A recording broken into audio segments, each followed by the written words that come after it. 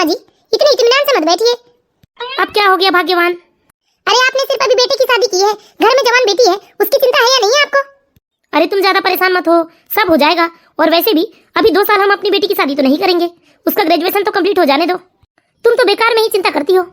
अभी पिछले साल ही तो हमने अपने बेटे की शादी की है और इतने जल्दी इतने रुपयों की व्यवस्था भी नहीं हो सकती, इसलिए 2-3 साल तो अभी हमें अपनी बेटी की शादी नहीं करनी है। और ईश्वर की कृपा से हमारे यहाँ कितनी सभ्य और संस्कारी बहू आई है, उसके आने से घर का माहौल कितना मंगलमय हो गया है। हाँ शर्मा जी, ये बात तो मैं भी मानूंगी, बड़ी सभ्य संस्कारी बहू है हमारी। बहू के आने से तो हमारे भाग्य ही खुल गए।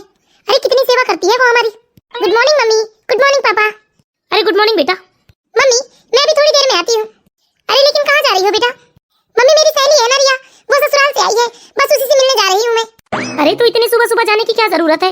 ससुराल से आई है, कुछ दिन तो रुक कर ही जाएगी ना, दोपहर को चली जाना तुम मिलने। अभी तुम्हारी भाभी अकेले काम में लगी है बेटा, जाकर भाभी के हाथ बटा दो। क्या पापा, आप तो जब भी देखो मुझे ही काम करने बोलते रहते हो। तो क्या हुआ बेटा, तुम्हारी भाभी अकेले लगी रहती है काम काज में, और वैसे भी अब तुम छोटी नहीं रही, थोड़ा बहुत तो भाभी की मदद करनी चाहिए तुम्हें। क्या मम्मी, आप ही पापा को कुछ समझाइए ना। अरे जाने दीजिए ना जी, आप भी डॉली के ही पीछे लगे रहते हैं। अब वो बेचारी 2 साल बाद तो अपने ससुराल चली जाएगी, फिर ससुराल में भी उसे काम ही करना है, इसलिए अभी ना उसे खेलने खाने दीजिए, अपने मन की जिंदगी जी लेने दीजिए। और वैसे भी जी, बहू तो कहती है ना कि वो अकेले घर का सारा काम काज कर लेगी, फिर आप क्यों परेशान होते हैं? करने दीजिए उसे। ओके मम्मी, मैं जा रही हूँ रिया से मिलने। देखो भाग्यवान, मैं मानता हूँ बहू बखूबी घर की सारी जिम्मेदारियां उठा ली है, लेकिन हमें भी उसके प्रति कुछ जिम्मेदारी निभानी चाहिए ना। अच्छी खासी काम वाली आती थी, उसे भी तुमने मना कर दिया ये कहकर कि अब तो 3-3 महिलाएं हो गई हैं घर में, क्या जरूरत है काम वाली की। लेकिन तुम दोनों माँ बेटी तो बहू की कुछ मदद करती ही नहीं हो। ऐसी बात नहीं है जी कि मैं बहू की मदद नहीं करना चाहती हूँ, लेकिन वो मेरी कोई मदद लेती ही नहीं है।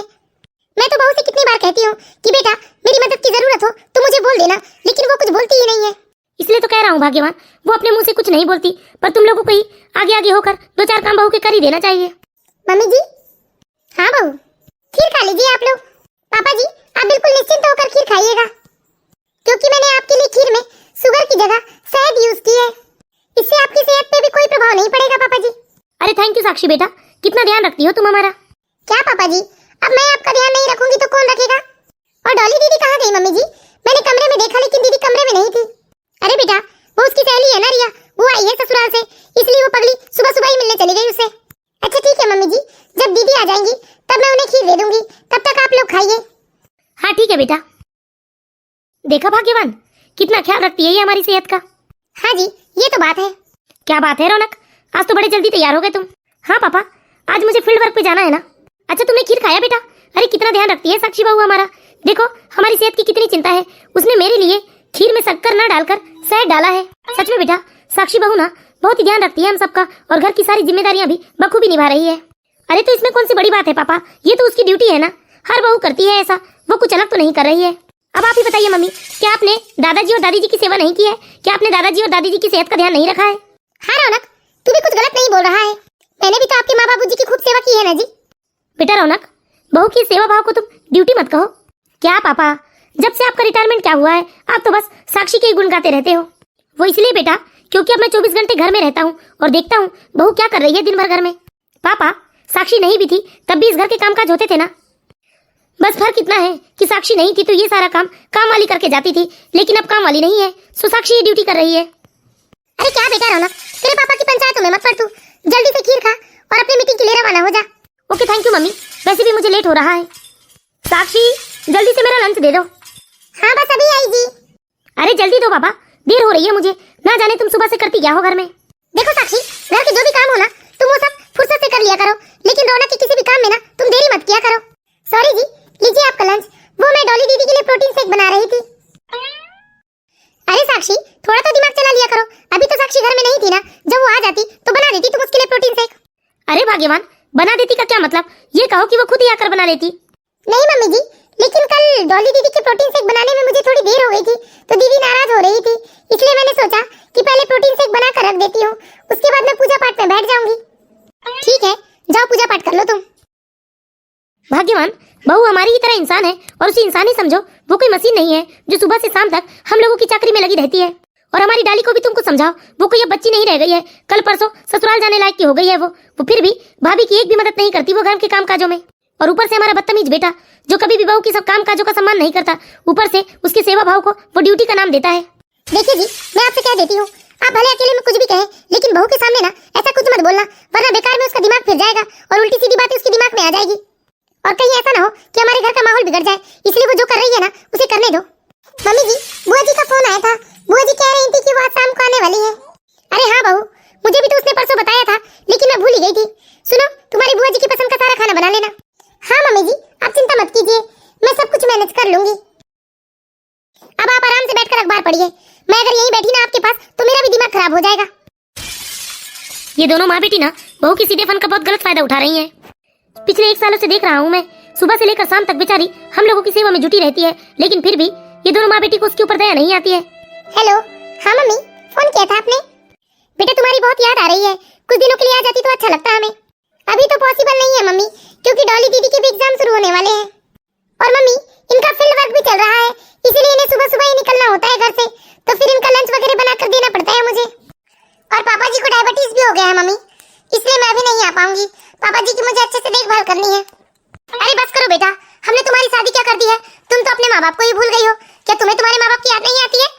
जब भी तुम्हें मायके आने को कहो तो तुम बस यही परेशानी बताते रहती हो, कभी मम्मी जी को ऐसा हो गया, कभी पापा जी को वैसा हो गया। कभी तो अपने मन से मायके आने का सोच लिया करो बेटा। लेकिन मम्मी, आप ही बताइए ना, मेरे ससुराल की जिम्मेदारी तो मेरे ऊपर ही है ना, मैं कैसे अपनी जिम्मेदारियों को छोड़कर मायके आ सकती हूँ? हाँ, लेकिन जैसे इनका फील्ड वर्क खत्म होगा और डॉली दीदी के एग्जाम खत्म होंगे, मैं 2-4 दिनों के लिए जरूर आ जाऊंगी। और माँ, आप ही तो कहते हो ना कि अपने ससुराल की पूरी जिम्मेदारी बखूबी निभाना बेटा।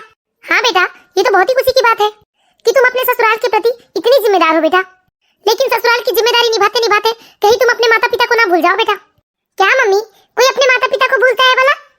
साक्षी, साक्षी बहू, देखो तुम्हारी बुआ जी आ गई है। ठीक है मम्मी, फोन रखती हूँ मैं, अभी बुआ जी आ गई है। ठीक है बेटा। अरे साक्षी बहू, बाहर तुम्हारी बुआ जी आ गई है, चलो उन्हें चाय पानी के लिए पूछ लो। जी मम्मी जी। और बताओ भैया, सब बढ़िया है? हाँ बहना, ईश्वर की कृपा से सब कुछ कुशल मंगल है। प्रणाम बुआ जी। अरे खुश रहो, जीती रहो बेटा, दूधो नहाओ पूतो फलो। और कैसी हैं बुआ जी आप? मैं तो बहुत अच्छी हूँ बेटा। ठीक है बैठिए बुआ जी आप लोग, मैं भी आप लोगों के लिए चाय लेकर आती हूँ। सच में भैया भाभी, बहुत ही अच्छी किस्मत है आप लोगों की जो साक्षी जैसी बहू मिली है, वरना आज के समय में ऐसी सभ्य संस्कारी और गुणवान बहू मिलना तो बहुत ही मुश्किल है, या नामुमकिन है, ये भी कहूँ तो चलेगा। हमारे तो दूर दराज के रिश्तेदारों में भी ना सिर्फ और सिर्फ साक्षी की ही चर्चा है। आजकल तो सभी लोग बस यही दुआ कर रहे हैं कि हमारे घर भी साक्षी जैसी बहू आ जाए तो हमारा घर भी मंगलमय हो जाए। हाँ बहना, ये बात तो तुमने बिल्कुल सही की। अरे बिल्कुल हीरे जैसी बहू है हमारी, हम लोगों की ना खूब सेवा करती है वो। हाँ भाई, ये बात तो है, लेकिन देखो मैं आप लोगों से एक बात कहती हूँ, अपनी बहू को ना कभी नाराज मत करना, क्योंकि चाहे कोई कितना भी अच्छा हो, लेकिन अच्छाई हमेशा एक तरफ से ज्यादा दिन नहीं टिकती है। हाँ बहना, यही बात तो मैं तुम्हारी भाभी और भतीजी को समझाता हूँ, लेकिन ये लोग तो मेरी बात को जैसे हवा में उड़ा देते हैं। और वो तुम्हारा शैतान भतीजा कहता है कि साक्षी कुछ अलग नहीं कर रही है, ये तो साक्षी की ड्यूटी है। अब बताओ बहना, ये गलत बात है ना? अगर ये सब बातें साक्षी सुन लेगी तो उसे कितना बेकार लगेगा बेचारी को। हाँ भाई, बुरा कैसे नहीं लगेगा, वो भी हम लोगों की तरह इंसान है। अरे साक्षी बहू, बड़ी जल्दी चाय बना ली तुमने। जी बुआ जी, आप लोग चाय पीजिए, तब तक मैं आपके लिए पुड़िया सेक लेती हूँ। सब्जी और चावल तो बना लिया है मैंने। इस तरह साक्षी अपने सास ससुर और ससुराल वालों की खूब सेवा करती है, सब उससे बहुत ही प्रसन्न रहते हैं, सब कुछ बहुत अच्छा ही चल रहा था। न ससुराल वालों को साक्षी से कोई शिकायत थी और न ही साक्षी को अपने ससुराल वाले से। हाँ, रौनक का व्यवहार तो शुरू से ही थोड़ा कठोर था, लेकिन फिर भी साक्षी को इतना ज्यादा फर्क नहीं पड़ता था, क्योंकि ससुराल में रौनक के अलावा भी सास ससुर का बहुत प्यार मिल रहा था साक्षी को। साक्षी ने अपने व्यवहार से सबका दिल जीत लिया था। सास ससुर के अलावा भी बाकी जो रिश्तेदार घर में आते जाते थे, वो भी साक्षी को बहुत ही प्यार देते थे। इसी तरह धीरे धीरे पूरे 1 साल का समय बीत गया। अब तो साक्षी की शादी को 3 साल हो चुके थे। साक्षी, साक्षी, अरे आज उठना नहीं है क्या? सुबह के 8:30 बज गए हैं, मुझे फील्ड वर्क में निकलना है। जल्दी उठो और मेरे लिए लंच तैयार करो। अरे तुम्हें कुछ सुनाई नहीं दे रहा है क्या? बहरी हो गई हो? मुझे बिल्कुल भी ठीक नहीं लग रहा है जी, बिस्तर से उठने की हिम्मत भी नहीं है मेरी। ये लो, मैडम के ड्रामे शुरू हो गए। ऐसा मत बोलिए जी, मैं कोई ड्रामा नहीं कर रही हूँ, सच में मेरी तबीयत बिल्कुल भी ठीक नहीं लग रही है मुझे। अच्छा सोई रहो, जब तक मन करे ना तब तक सो। मैं बाहर ही कुछ खा लूंगा, यहाँ जितनी देर रुकूंगा उतना ही मेरा दिमाग गर्म हो जाएगा। मेरा तो मन खुद बिस्तर में नहीं लग रहा है, लेकिन हिम्मत नहीं हो रही है कि उठ के मैं घर के काम काज कर पाऊँ, और इन्हें लगता है कि मैं ड्रामा कर रही हूँ। बेटा, ये साक्षी को क्या हो गया है आज? कब से चाय का इंतजार कर रही हूँ। कुछ नहीं हुआ है माँ, बस नखरे कर कर सो रही है। ठंड स्टार्ट हो गई है ना, इसलिए बिस्तर से उठने का मन नहीं करता होगा। नहीं बेटा, साक्षी बहू बिल्कुल भी ऐसी नहीं है। जरा देख कर तो आ, उसकी तबीयत तो ठीक है। पापा ऑलरेडी मेरे पास बहुत सारे काम है, मुझे जाने दीजिए जल्दी। अरे भाग्यवान, जाओ तुम देख कर आ जाओ, क्या हो गया है बहू को। आपने सुना नहीं क्या रौनक ने क्या कहा? सही तो है, ठंड शुरू हो गई है, किसका मन करता होगा कि ठंड में उठकर वो जल्दी से घर के काम काज में जुट जाए। अरे भाग्यवान, कम से कम तुम तो ऐसा मत कहो, इससे पहले भी तो ठंड का मौसम गया है, लेकिन बहू ने इससे पहले तो कोई बहाना नहीं बनाया है। अच्छा ठीक है, अभी देख कर आती हूँ मैं। मम्मी, ये भाभी कहाँ गई है? अभी तक उन्होंने मेरा प्रोटीन शेक नहीं बनाया है। डॉली, मैंने तुम्हें कितनी बार समझाया बेटा कि अब तुम कोई छोटी बच्ची नहीं रह गई जो प्रोटीन शेक के लिए भी अपनी भाभी का इंतजार करती हो। अरे तुम्हें तो अभी घर का सारा काम खुद ही कर लेना चाहिए, क्योंकि तुम्हारी भाभी बीमार है। बीमार है? ऐसे कैसे बीमार हो गई भाभी? कल तो बड़ी चंगी वाली थी। अरे बेटा, बीमारी कोई बताकर तो नहीं आती है, बीमार होने के लिए क्या कल और क्या आज, अरे मिनटों में इंसान बीमार हो जाता है। अरे बहू बीमार है तो उसका गुस्सा आप मेरी डॉली पर क्यों उतार रहे हो? अरे भाग्यवान, मैं कोई गुस्सा नहीं उतार रहा हूँ, तुम जाकर देखो बहू को कैसी है उसकी तबीयत, वरना अभी मैं डॉक्टर को बुलाता हूँ। ठीक है, मैं अभी देख कर आती हूँ। अगर मैंने इससे तबीयत के लिए पूछा तो ये और ज्यादा ड्रामा करेगी, उससे तो अच्छा है मैं इसे साफ साफ उठ के काम करने के लिए कह देती हूँ। साक्षी, साक्षी बहू। जी मम्मी जी। देखो ना साक्षी बहू, तुम्हारे पापा जी तो मेरी एक नहीं सुनते, खुद ही उठकर शक्कर वाली चाय बनाकर पी लिए, वैसे तो उनका शुगर कंट्रोल नहीं है। अगर तुम जल्दी से उठकर उन्हें शहद वाला काढ़ा बनाकर दे देती तो उनका शुगर भी मेंटेन रहता, क्योंकि वो हमारी बात तो सुनते नहीं, लेकिन तुम बोलती हो ना तो तुम्हारी बात वो टालते नहीं है। जी मम्मी जी, अब भी बस थोड़ी देर में उठकर आती हूँ मैं। देखो अब कैसे भागे भागे आएगी और कैसे चूल्हा चौकी संभालेगी। तबीयत ठीक तो है ना बहू की? हाँ जी, बहू की तबीयत तो बिल्कुल ठीक है, वो बस उसके सिर में थोड़ा सा दर्द हो रहा था तो कह रही थी कि बाम लगा लिया तो सर का दर्द भी गायब हो गया। चलो अच्छी बात है कि बहू की तबीयत ठीक है, मुझे तो बहुत चिंता हो रही थी। मैंने तो आपसे पहले ही कहा था जी, आप तो खामों का परेशान हो रहे थे। अरे बेटा, आराम करना था ना तुम्हें थोड़ी देर। ठीक हूँ मम्मी जी मैं। पापा जी, आपकी तबीयत कैसी है? ये रहा आपका शहद वाला काढ़ा। हाँ हाँ बेटा, मेरी तबीयत तो बिल्कुल अच्छी है, तुम बताओ तुम्हें अच्छा लग रहा है अभी? देखो साक्षी को आपकी कितनी चिंता है। इसी तरह धीरे धीरे समय बीतने लगता है और बेचारी साक्षी बीमार होने के बावजूद भी अपने ससुराल की जिम्मेदारी बखूबी निभा रही थी, लेकिन साक्षी का खाना पीना छूट गया था, वो बहुत ही कमजोर हो गई थी। कुछ भी अच्छा नहीं लग रहा है, काम काज करने की बिल्कुल हिम्मत नहीं हो रही है और आंखों के सामने एक अंधेरा सा छा रहा है, मुझे चक्कर सा आ रहा है, कुछ दिखाई नहीं दे रहा है। अरे इसे क्या हो गया? साक्षी, साक्षी। इस तरह साक्षी एक दिन बेहोश होकर रसोई में गिर जाती है। थोड़ी देर बाद साक्षी की सास रसोई में आती है तो वो देखती है कि साक्षी तो बेहोश होकर जमीन पर गिर पड़ी है, तो वो तुरंत अपने बेटे को फोन करती है और अपने पति को बुलाकर साक्षी को तुरंत हॉस्पिटल लेकर जाती है। हॉस्पिटल ले जाने के बाद डॉक्टर कहते हैं कि साक्षी को माइग्रेन की प्रॉब्लम है और साथ ही साथ ये बहुत ही कमजोर हो चुकी है, इसका हीमोग्लोबिन भी 8 ग्राम है। सुबह से शाम तक साक्षी को हॉस्पिटल में ही रखा जाता है और जब शाम को साक्षी का डिस्चार्ज कराकर उसके सास ससुर उसे घर लेकर आते हैं। देखो रौनक की माँ, डॉक्टर ने अभी बहू को घर के कामकाज करने के लिए साफ साफ मना किया है, कहा है कि वो अंदर से बहुत कमजोर हो गई है, इसीलिए डॉली और तुम दोनों मिलकर कुछ दिनों के लिए घर के कामकाज कर दिया करो। पापा, आपको तो मालूम है ना ये कामकाज करना मुझे बिल्कुल पसंद नहीं है, लेकिन बेटा तेरी भाभी बीमार है तो हम लोगों को कामकाज तो करना ही पड़ेगा। और डॉली ज्यादा परेशान मत हो, 2-4 दिनों की तो बात है, उसके बाद तो सब कुछ साक्षी ही करेगी। जबरदस्ती का टेंशन हो गया घर में, अरे इसे बीमार होने की क्या जरूरत थी? रौनक, ये क्या बोल रहा है बेटा तू? कोई अपनी मर्जी से बीमार होता है क्या? ओके पापा, ये सब डिस्कस करने का टाइम नहीं है मेरे पास, अब आप लोग देखिए कैसे क्या हैंडल करना है। चल बेटा, चलकर खाना भी तो बनाना है हमें। डॉली, ये तुम्हारी जिम्मेदारी है बेटा, तुम्हें अपनी भाभी को समय समय पर दवाइयाँ देनी है और उसके खाने पीने का भी ध्यान रखना है। ठीक है पापा, चलो बेटा चलकर रसोई संभाल लेते हैं। ये भी कोई बात है क्या मम्मी? कोई इतने दिनों के लिए बीमार होता है क्या और हम लोग भाभी की सेवा करेंगे? अरे मुझे भी तो अच्छा नहीं लग रहा है बेटा ये सब करना, लेकिन क्या करें, मजबूरी है। देखो 2-4 दिनों की बात है, तुम बस मेरा हाथ बटा दिया करो। तो मम्मी उस मेड को दोबारा से वापस बुला लीजिए ना आप। अरे पागल, 2-4 दिनों की तो बात है, उसके बाद तो ये सब तेरी भाभी संभाल लेगी, और अभी उसे बुला भी लूंगी तो पूरे 1 महीने काम करवाना होगा और तेरी भाभी तो 2-4 दिनों में अच्छी हो जाएगी और 1 महीने का पैसा देना पड़ेगा उसे। जब तेरी भाभी को खाना देकर आजा। मैं खाना देने जाऊंगी उन्हें। अरे क्या हो गया बेटा, 2-4 दिनों की तो बात है, जा दे आ और बोल देना मुझसे दवाई खाने के लिए भी।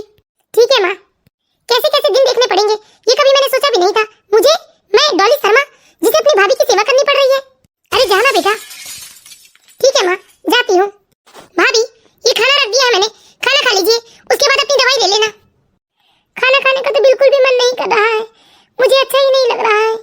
अब देखिए ये आपकी प्रॉब्लम है, आपको खाना खाना है या नहीं, जो मेरी ड्यूटी थी मैंने उसे पूरी कर दी। इस तरह धीरे धीरे पूरे 1 हफ्ते का समय बीत जाता है, लेकिन साक्षी स्वस्थ होने की बजाय और दवाई गोली का।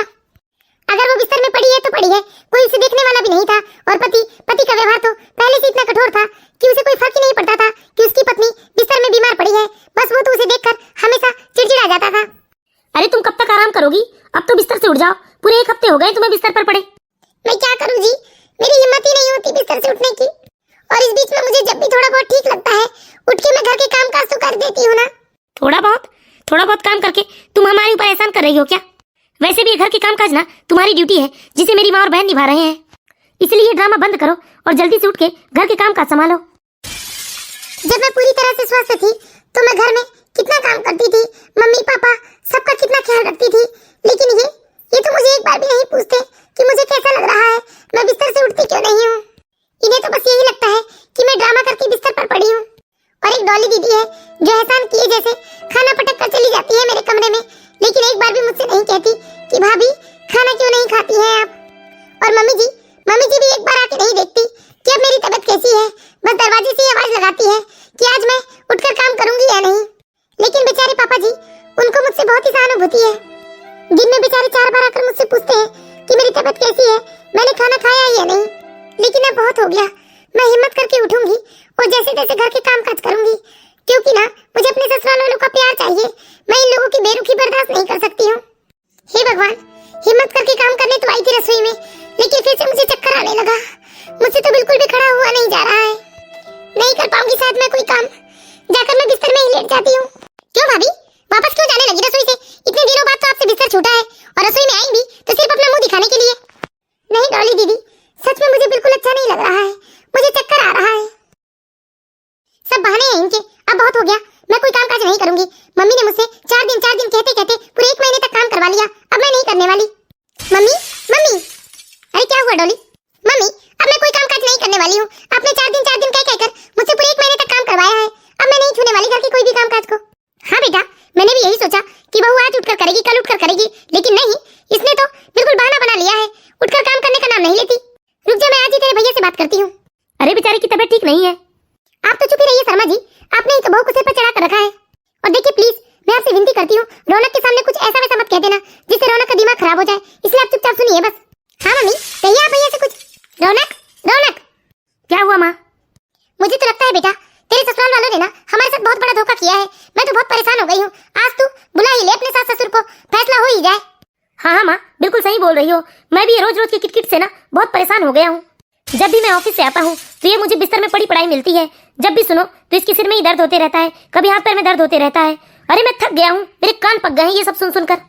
पूरे 1 महीना हो गए, इसने 1 कप चाय भी बनाकर नहीं दिया है मुझे। लेकिन बेटा, जब बहू शादी होकर इस घर में आई थी तब तो बिल्कुल भी ऐसी नहीं थी, हमेशा हंसती मुस्कुराती रहती थी, घर का सारा काम अकेली करती थी और सबकी कितनी सेवा करती थी। पिछले 1 महीने से तो ये सब हो रहा है ना, मैं तो कहता हूँ इसे किसी बड़े डॉक्टर को दिखा बेटा तू। हो सकता है साक्षी के साथ कोई तकलीफ हो बेटा, जिसकी वजह से वो कुछ कामकाज नहीं कर पा रही है। अरे कोई तकलीफ नहीं है पापा, ये सब ना इसके काम से बचने के बहाने हैं। लगता है इसे बहुत अच्छा लगता है कि मेरी माँ रसोई में पूरे 3 घंटे खड़े होकर सबके लिए खाना बनाती है। भैया, माँ अकेले नहीं, मैं भी माँ के साथ पूरा काम करती हूँ घर का। ठीक है माँ, वैसे भी तो कल संडे है, इसलिए मैं आज ही अपने ससुराल वालों को फोन कर देता हूँ कि वो कल आ जाए। अब साक्षी के माँ बाप ही आकर उसे समझाएंगे, क्योंकि इसे समझाना तो हमारे बस की बाहर की बात हो गई है। हाँ ठीक है बेटा, कर दे तू फोन, आ जाए समधी समधन जी। रौनक ने बहुत ही आवेश में आकर अपने ससुर को फोन करके आने के लिए कह दिया। उधर बेचारे साक्षी के माता पिता बहुत परेशान हो जाते हैं कि ऐसा क्या हो गया कि दामाद जी ने इतने गुस्से में फोन करके हमें आने के लिए कहा है। और दूसरे दिन बेचारे साक्षी के माता पिता घबराए हुए से बेटी के ससुराल आ जाते हैं। लेकिन साक्षी के पिता ने साक्षी को फोन करके सारी बात पता कर ली थी कि आखिर क्या हुआ है ससुराल में। और साक्षी के पिता ने साक्षी से कह दिया था कि जब तक हम लोग तुम्हें बाहर न बुलाए तुम अपने कमरे से बाहर मत आना। अरे नमस्ते समधी समधन जी। अरे नमस्ते समधी जी, आइए बैठिए आप लोग। अरे रौनक बेटा, क्या समस्या हो गई है जिसके लिए ऐसे आनंद फनन में फोन करके बुलवाया है हमें? अरे देख लीजिए भाई साहब, अभी तक आपकी बेटी सोई पड़ी है। अब आप ही बताइए, क्या ऐसी होती है घर की बहुएं?